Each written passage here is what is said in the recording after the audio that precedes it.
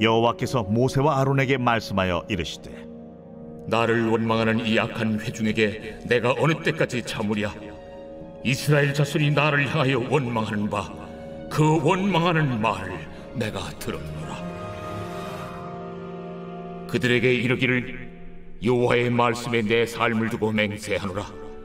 너희 말이 내 귀에 들린 대로 내가 너희에게 행하리니 너희 시체가 이 광야에 엎드러질 것이라. 너희 중에서 20세 이상으로서 계수된 자 곧 나를 원망한 자 전부가 여분네 아들 갈렙과 눈의 아들 여호수아 외에는 내가 맹세하여 너희에게 살게 하리라 한 땅에 결탄코 들어가지 못하리라. 너희가 사로잡히겠다고 말하던 너희의 유아들은 내가 인도하여 드리리니 그들은 너희가 싫어하던 땅을 보려니와 너희의 시체는 이 광야에 엎드러질 것이요 너희의 자녀들은 너희 반역한 죄를 지고 너희의 시체가 광야에서 소멸되기까지 40년을 광야에서 방황하는 자가 되리라. 너희는 그 땅을 정탐한 날수인 40일의 하루를 1년으로 쳐서 그 40년간 너희의 죄악을 담당할지니 너희는 그제서야 내가 싫어하면 어떻게 되는지를 알리라 하셨다라. 나 여호와가 말하였거니와 모여 나를 거역하는 이 악한 온 회중에게 내가 반드시 이같이 행하리니 그들이 이 광야에서 소멸되어 거기서 죽으리라.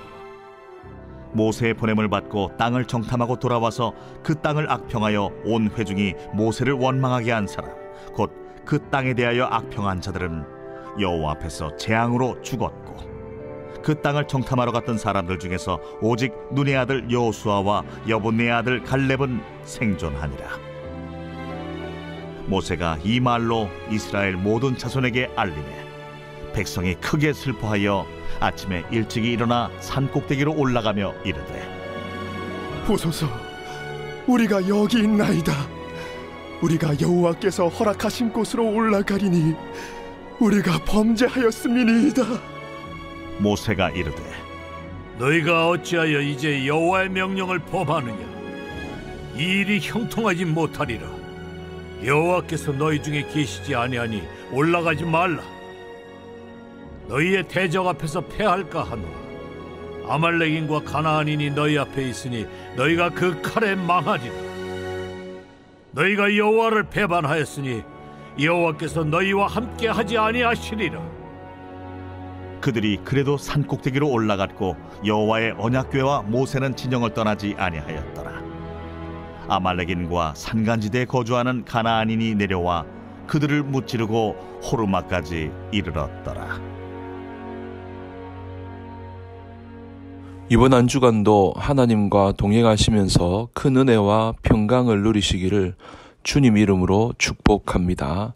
오늘 본문 36절 말씀을 보시면 하나님이 약속하신 땅 가나안에 12명의 정탐꾼을 보냈는데 그 중에 10명이 그 땅에 대해서 악평한 사건과 원망에 대해서 재앙으로 죽었다고 말씀합니다. 모세의 보냄을 받고 땅을 정탐하고 돌아와서 그 땅을 악평하여 온 회중이 모세를 원망하게 한 사람 곧 그 땅에 대하여 악평한 자들은 여호와 앞에서 재앙으로 죽었고 10명의 나쁜 말을 뿌린 정탐꾼은 재앙으로 죽어버렸다고 말씀을 하고 있습니다. 실제로 출애굽한 1세대 사람들은 여호수아와 갈렙은 제외해 놓고 다 죽어버렸습니다. 자기들의 말대로 그렇게 되었다는 것입니다. 나쁜 말, 악평의 말을 뿌렸는데 실제로 뿌린 대로 그대로 되었다는 것입니다. 하나님이 들으시고 그대로 시행이 되었다는 것입니다. 여러분, 우리는 정말로 중요한 원리를 확인하게 됩니다. 우리는 나쁜 말의 씨앗을 심으면 나쁜 결과를 거둘 수밖에 없다는 사실입니다. 다행히 그런 와중에서 여호수아와 갈렙은 좋은 말의 씨앗을 심었습니다.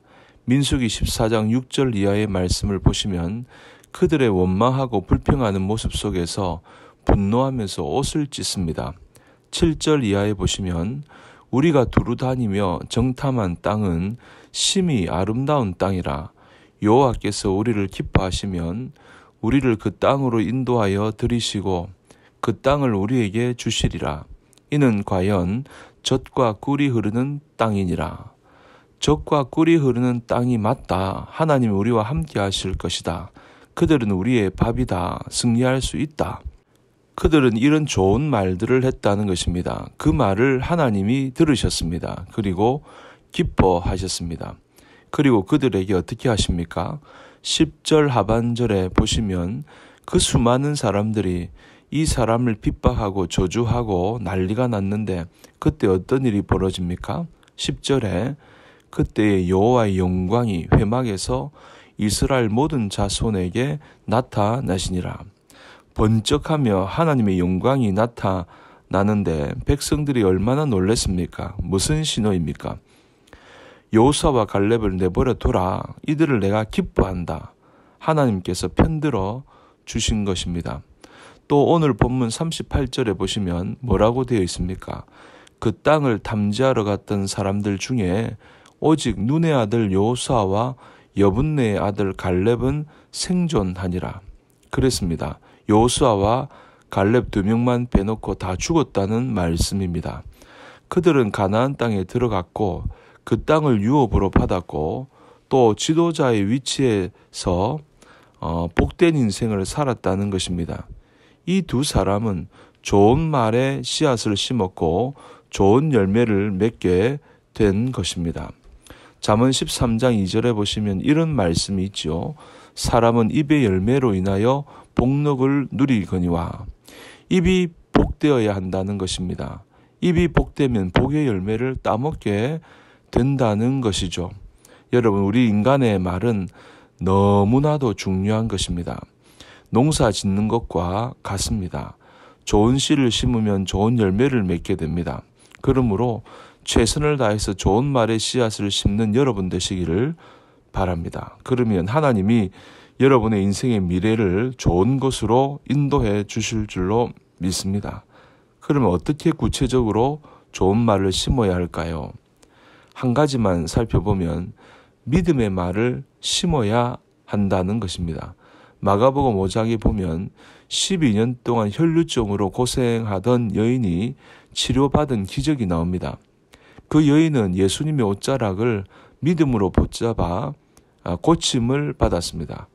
그런데 손으로 붙잡기 이전에 자신의 믿음을 말로 선포했습니다. 성경은 이렇게 말합니다. 마가복음 5장 28절에 이는 내가 그의 옷에만 손을 대어도 구원을 받으리라 생각함일러라.